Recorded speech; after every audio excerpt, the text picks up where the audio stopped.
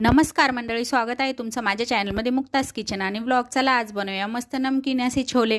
इथे मी छोले रात्रभर भिजवून घेतले, त्यानंतर त्यामध्ये मीठ टाकून कुकरला लावून 4 ते 5 शिट्ट्या करून घेतल्या. मस्त सॉफ्ट असे छोले शिजल्यानंतर आपल्याला मस्त चाळणीत काढून घ्यायचे, पूर्ण पाणी त्यामधलं काढून घ्यायचे. बघा अशा प्रकारे शिजले पाहिजे.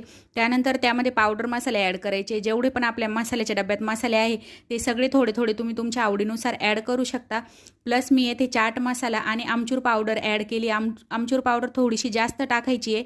आमचूर पावडर नसेल तर तुम्ही लिंबूसुद्धा यूज करू शकता. त्यानंतर चवीनुसार मीठ आणि 1 चमचा तेल टाकायचं.